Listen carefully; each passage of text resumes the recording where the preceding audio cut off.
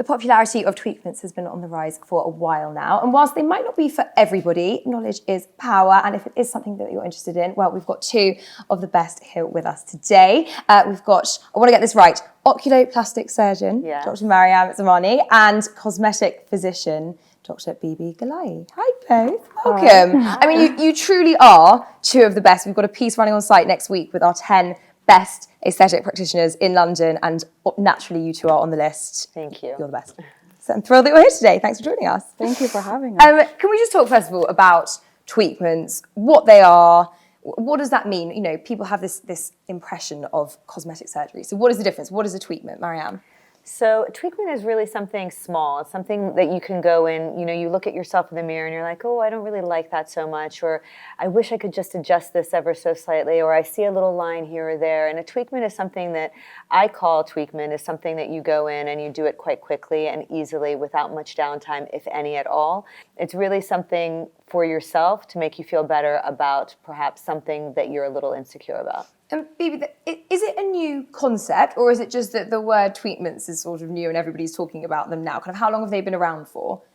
I think tweakments have always been around, but I think, you know, it kind of depends on what people understand by the word. I think everyone understands something different. Both of us pride ourselves on natural and a natural approach. Certainly that's what I try and achieve. And I think for me, tweakments are more an enhancement of someone's natural beauty rather than a significantly invasive procedure or something that's really going to change how they look. So if it's just something to enhance your already, you know, existing features, these things have been around for years. It's just that they've surged in popularity, which is why I think people are much more aware of them now. And have they got better? Is that the other thing as well? Are there better treatments, versions of, I mean, by better I mean kind of less painful, that kind of thing, than there used to be? Well, I think when I was training, actually, we didn't have a lot of this stuff around at all. So you obviously had the lasers, the light therapies, some different kinds of modalities of treatment in that sense, and of course surgery. But the world of injectables, for instance, you know, didn't exist in the way that it does right now. We didn't have skin boosters. We didn't have such an array of different types of hyaluronic acid fillers. There were a lot of other kinds of fillers that were more permanent. So actually, I think the breadth of our armoire of all the things that we can do is actually so much bigger than what we had before. I'm a bit of a novice on the subject, so kind of humour me. Hyaluronic, I can't even say it. Hyaluronic acid. That's the one. That's obviously, as you say, now a kind of a type of filler. Is that kind of kinder to the skin, less dangerous? Kind of it's better, right, than the old school filler? So hyaluronic acid is a temporary and reversible filler. And so it's gained a lot of popularity for that reason. One is that it's temporary. It can last anywhere from 3 to 24 months, depending on the type of filler you used. And for some reason you don't like something, you can always dissolve it, and which is a really nice attribute to have to something when you're a novice, especially to having a filler, or in general to always know that you have a way to try and improve the situation if there was also a complication. Okay, so that's a good kind of entry level. Absolutely. Okay, Bibi, what else has become popular in recent years? What is on the rise that you know people didn't know about before? So I think the more subtle treatments are becoming increasingly popular, especially in the younger age group. There isn't this trend for these ridiculously dramatic treatments and a huge change in how you look.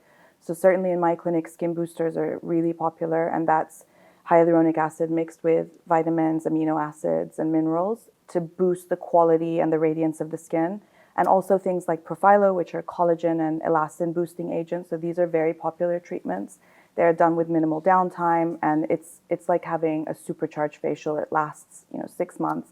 So those are very popular. And then also more subtle dermal fillers, like a subtle lip enhancement, a subtle chin enhancement. These are becoming increasingly popular because, like I said, they're just there to enhance the natural features rather than providing a significant change. What can you do then if you're kind of thinking of dipping your toe in the water? What is the smallest tweakment that you could do that could make the biggest impact? I know you'll say it's to do with kind of what it is on your face that you want to, you know, to sort out. But if there's something you could do that would just lift you, brighten you, make you look that bit better, what's the smallest one? If it's someone who's a little bit older, so say mid-40s to mid-50s, the mid-face is an area of the face that starts to age, and that can really contribute to a haggard appearance. So I think just placing a little bit of dermal filler, hyaluronic acid into the mid-face, that can really improve the youthfulness, because when we talk about youthfulness, comparing an old face to a younger face, The difference is that the volume is here in a younger face, whereas the volume shifts downwards in an older face.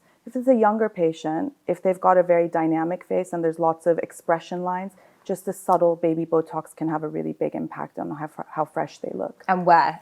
In the forehead? In the upper face. So yeah, forehead and around the eyes and the frown, even in older patients. So I think baby Botox and mid-face fillers for me are the kind of first points of call that I tend to suggest for little enhancements. A little tweak. What's the most painful procedure? I mean, I think it's all about expectation, and also, a lot of these dermal fillers, a lot of them have anesthetic already mixed inside of them. So it's really that little pinch when you're getting the needle's entering the skin, and people are often surprised how relatively pain-free they are. Why do you think the whole treatment thing is on the rise? What is, so many more people are talking about it, getting it done, being open about it. Is that what's happening? That That's people are just helped talking a lot. about it People more? like you talking about it right now for your audience is really helpful. I think the pandemic helped a lot in many different ways. One, people were video conferencing and looking at themselves like they've never looked at themselves before. Sorry about it, yeah. They have seen every animation that they're doing, so they can see weird things when they're smiling or laughing, and they're like, oh my God, what's happened to me? True, yeah. And they focused more on it. They've had more time for downtime. So sometimes some of the more invasive procedures do have some downtime, and working from home made it a little bit more possible to be able to do those treatments. They also understand that there are tweakments, that you don't go from zero to having, a facelift essentially. And there's a lot of things in between that they can do. They can improve their texture of their skin, their pores, they can help fine lines and wrinkles, dark circles. They can make themselves feel a little bit better. I think social media, whether it's perceived as a positive or negative influencer in people's lives, I think it's had a huge impact on the aesthetic industry, especially in the last few years. People are so sensitive to images.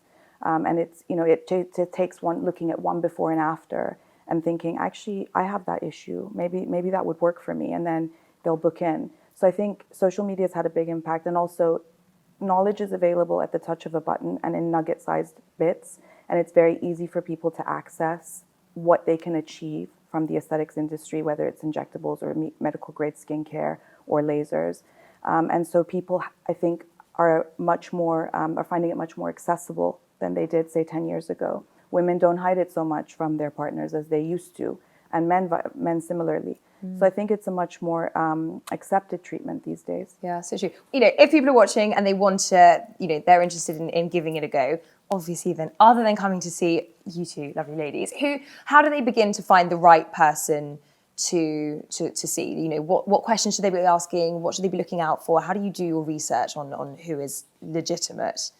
I think it's super important for patients to be aware that they're going to be in much safer hands if they see a medic.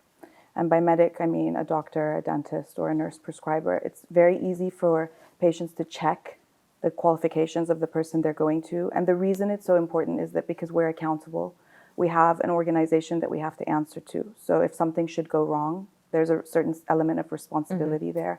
We're constantly educating ourselves, going to conferences, going to lectures, going on courses, learning. And so that's a learning curve where we learn how to perfect our techniques, how to give better results.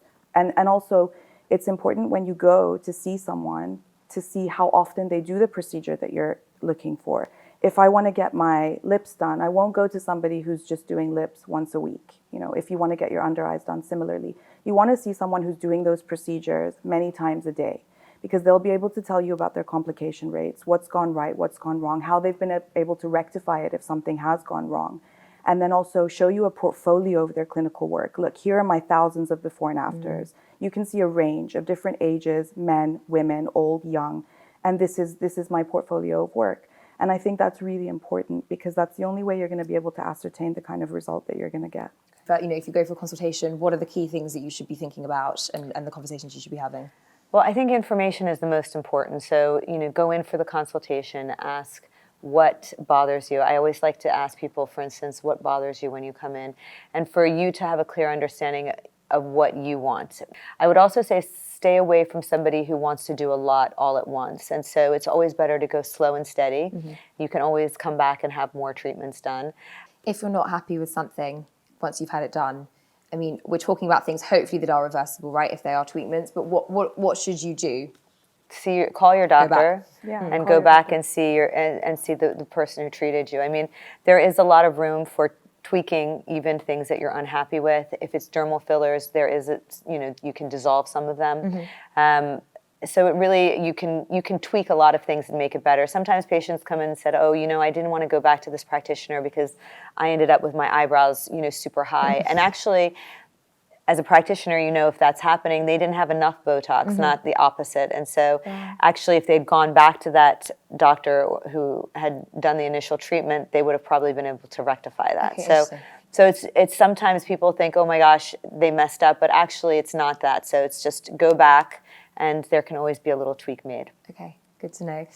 Finally, what's coming up? Is there anything new? Anything that's on the horizon that is really exciting, that's a bit game-changing, that's a bit different? I've just introduced a new treatment, which has just come over from America. I've been waiting for it for a long time. Me too. And it's for fat dissolving. It's for double chin. And I'm super excited about it because there are a lot of these on the market.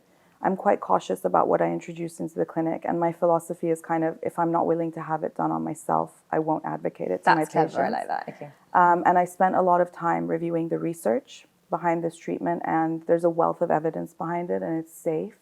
It's an expensive treatment, but it's effective, and it's permanent. And what is it exactly? I can't say the name of it because we're not allowed No, but to, like procedure-wise. It's basically, it's a series of injections that dissolves the fat in this area, the kind of under the chin area, but it does so permanently. Okay, and you've introduced the same. I have introduced it. I really do like it. I mean, obviously with the right candidate. Sure.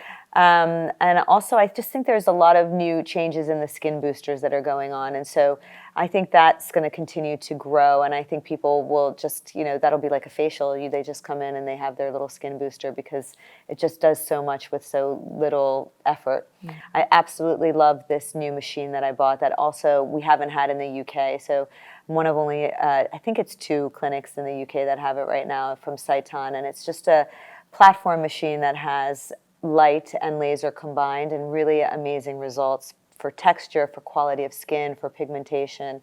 And I couldn't wait. I did have my first treatment, and I just love it so much. So I'm very excited about that. So yes, there's a lot. There's always lots of fun things going on. I've gone way over time, and I'm so excited to continue this conversation off camera. Sorry to everybody who's also enthralled. I really could talk to you all day. Thank you both so much for joining us. We will put all the information you need to know about both Maryam and Bibi in the show notes below. Thank you. Thank you so much for having us. Thanks for having us.